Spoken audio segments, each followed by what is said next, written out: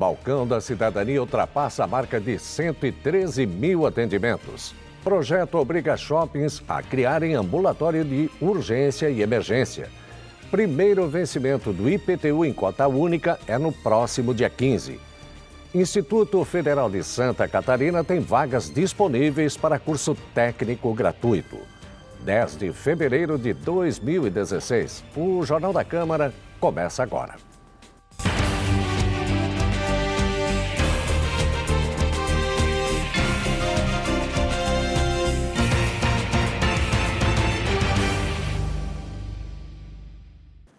Boa noite. No dia 15 de fevereiro, próxima segunda-feira, ocorre o primeiro vencimento do IPTU 2016. O pagamento é em cota única, com 15% de desconto.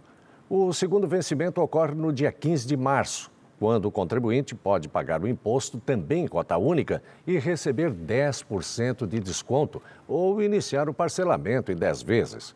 Neste ano, não há pontos de distribuição do IPTU. O imposto está sendo entregue em casa ou pode ser baixado no site da Prefeitura de Itajaí. No começo deste ano, o Balcão da Cidadania da Câmara de Vereadores ultrapassou a marca de 113 mil atendimentos ao público de Itajaí.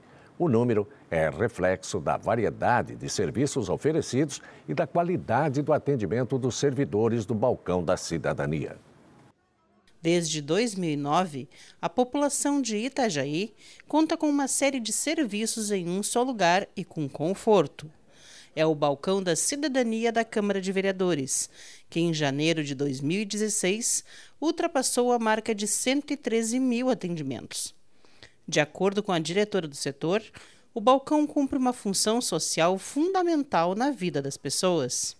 O balcão tem grande importância, pois atende uma grande demanda da população que busca seus direitos de cidadania, já ultrapassando a marca de mais de 113 mil atendimentos através de serviços variados. Ao todo, já foram realizados mais de 19 mil pedidos de emissão de carteira de trabalho e previdência social, 7 mil solicitações de segunda via de certidões de nascimento, e 4 mil atendimentos de orientação jurídica. Quando um cidadão chega aqui com alguma dúvida a respeito de um problema jurídico, o que vocês dizem para esse cidadão?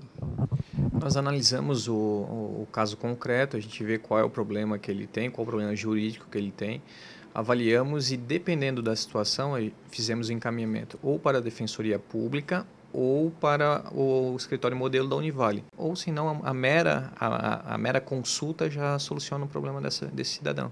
Além disso, o Balcão da Cidadania ainda registrou milhares de solicitações de segunda via de certidões de casamento e óbito, auxílio para a elaboração de currículos e também consultas na Central de Documentos Perdidos, entre outros serviços. A preocupação da gente é sempre atender às necessidades do cidadão, né? Muitas vezes até eles chegam precisando de alguma coisa que às vezes eles nem sabem direito o que é. Aí a gente tenta entender bem a necessidade para poder fazer um bom atendimento. E como é que é para você atuar aqui no Balcão da Cidadania, ter esse contato com o cidadão todos os dias? Eu vou te falar assim, eu estou há pouco tempo e eu fiquei bem feliz de vir trabalhar justamente no Balcão da Cidadania, que é uma oportunidade que a gente tem de trabalhar junto à comunidade e muitas vezes trazendo algo mais até do que eles esperam encontrar aqui com a gente. O Balcão da Cidadania atende a população de segunda a sexta-feira até às 7 horas da noite, no piso térreo da Câmara de Vereadores de Itajaí.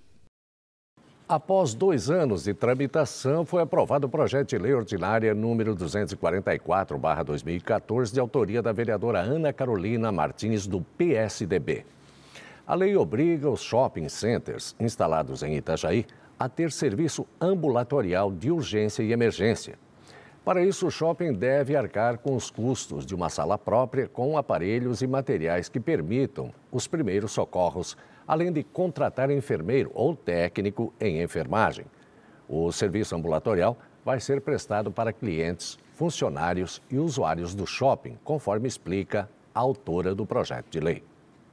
É um projeto que eu entendo bastante relevante para a comunidade, inclusive foi feito pela comunidade, que me relatou a necessidade de ter um médico dentro do shopping de Itajaí para um primeiro atendimento, um profissional da medicina.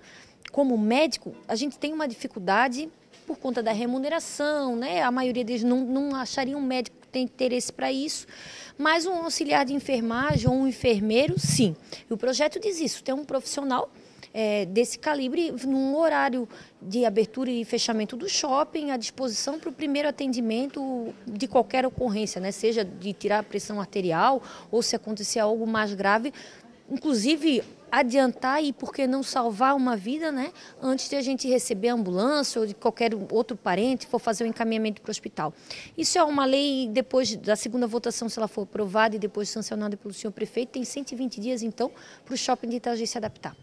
Que não vai ter grandes investimentos, é um investimento até relativamente pequeno em função do benefício que traz. Sim, nós fizemos um levantamento aí do salário desse profissional, auxiliar de enfermagem está em R$ 1.750, a média salarial, e um enfermeiro um pouco mais, né, mas que não alcança os R$ 3.000. A gente tem certeza que o shopping de Itajaí, que ajudem muito na economia local, com todos os comerciantes, porque a gente está falando não só das pessoas que lá estão comprando e movimentando a economia, mas também os comerciantes que lá estão, certo? Os funcionários, todos, para todos, é um benefício para todos. Então é relativamente baixo o custo disso, mas a contraprestação para a comunidade é muito grande.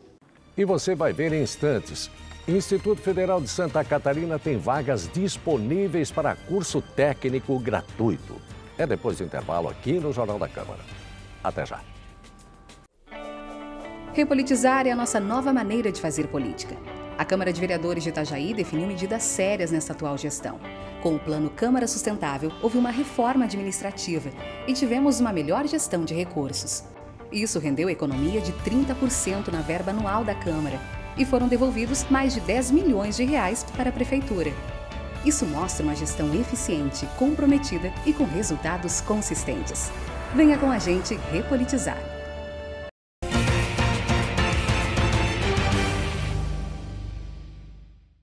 O Instituto Federal de Santa Catarina tem vagas disponíveis para curso técnico gratuito com matrícula imediata, sem prova nem mensalidades. As vagas são para o curso de Recursos Pesqueiros. O edital de vagas remanescentes disponibiliza 27 vagas que vão ser preenchidas por ordem de chegada, do dia 11 ao dia 26 de fevereiro. Os interessados devem comparecer ao campus do Instituto Federal de Santa Catarina das 9 da manhã às 7 horas da noite, com a documentação para a matrícula que está disponível no site da instituição. O curso tem duração de 3 semestres, com aulas no período noturno.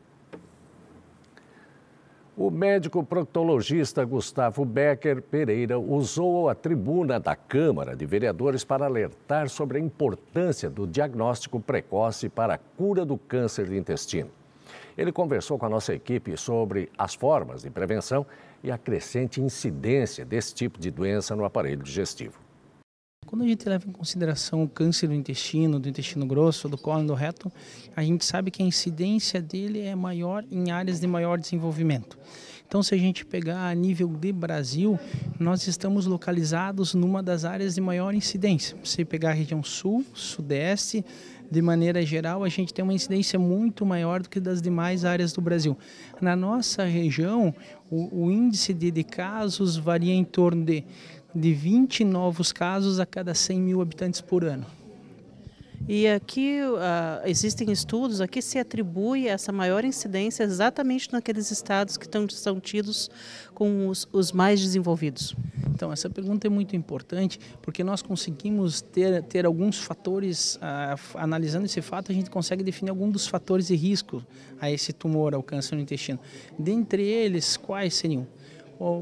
Maior ingesta de gordura, maior ingesta de carne vermelha, maior ingesta de embutidos, maior ingesta de carne processada, maior hábito do tabagismo, maior ingesta de bebida alcoólica, uma menor ingesta de fibras, frutas, verduras. Então, quando a gente analisa que nessa região esses fatores de risco estão mais presentes, questão da cultura, questão do dia a dia, do fast food, dessa vida mais corrida, a gente consegue atribuir esse fator como sendo marcante em nós termos um índice maior de tumor do que em outras regiões do país. E esses fatores também, eles influenciam na entrada dessa doença, cada vez mais jovens estão desenvolvendo câncer do intestino? Sim, então a gente tem esse dado, a gente tem essa análise feita que antes era um tumor de faixas etárias muito mais avançadas, muito mais a partir da sexta, sétima década de vida. Hoje em dia a gente já começa a observar que pacientes em idades mais baixas, quarta, quinta década de vida, começam a apresentar esse tumor. Isso é importante porque a gente tem que levar essa informação à população, para ela se observar, para o paciente se conhecer, porque o tumor de intestino ele tem uma frequência alta. Se for feito o diagnóstico no momento mais inicial, a grande maioria deles poderia ser curada. A gente sabe que 90% dos casos de tumor do intestino a gente poderia curar. Infelizmente, hoje a gente consegue levar a cura em torno de 50%. Mas o que a gente tem que passar para a população? Se observar. Porque a cura está relacionada com o diagnóstico, com a descoberta no momento inicial. Então, como que o paciente deve se portar? Ela deve se observar. Deve observar as fezes, deve ver se mudou as características, se as fezes estão mais finas, se começou a ter mais diarreia, se o intestino tinha um hábito regular, agora começou a falhar uns dias, começou a ter uma dificuldade maior para evacuar, se começou a ter sangue nas fezes, se começou a ter dor abdominal, se o abdômen começou a estufar. A pessoa tem que estar atenta. Não quer dizer que eventualmente, se teve um sangue nas fezes que vai ser um tumor. Não quer dizer isso. Mas, sangrou, não é normal. Então deve ser avaliada, deve buscar um atendimento médico para que possa ser esclarecida essa causa.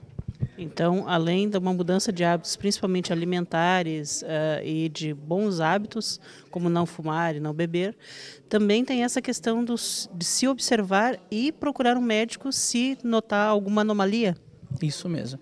Então, se o paciente tiver um estilo de vida saudável, vai fazer bem para o coração, vai evitar diabetes, vai baixar a pressão, vai evitar que tenha outras doenças como derrame, e etc.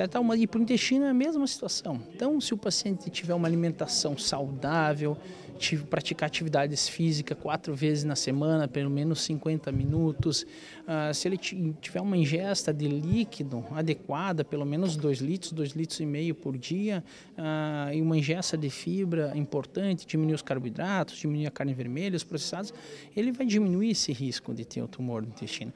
Mas por que é importante o paciente prestar atenção nele, no seu corpo, no seu organismo? Porque mesmo ele fazendo tudo isso direitinho, o tumor ele é multifatorial. E o fator genético é muito importante. A gente sabe que todos esses outros fatores de risco que a gente falou, eles são os gatilhos. Eles levam muitas vezes a ter o tumor ou aparecer mais precocemente. Então a gente evita o máximo. Mas mesmo tendo uma vida saudável, a gente tem que saber que ele pode aparecer. Então a gente tem que estar atento a qualquer mudança do nosso corpo para buscar esclarecimentos. E se eventualmente tiver um tumor, que faça esse diagnóstico logo. Fazer um diagnóstico breve, ter uma chance grande de curar. E o Jornal da Câmara de hoje fica por aqui. Mas você também pode assistir a esta edição pelo YouTube, no canal da Câmara de Vereadores de Itajaí. Uma excelente noite e até amanhã.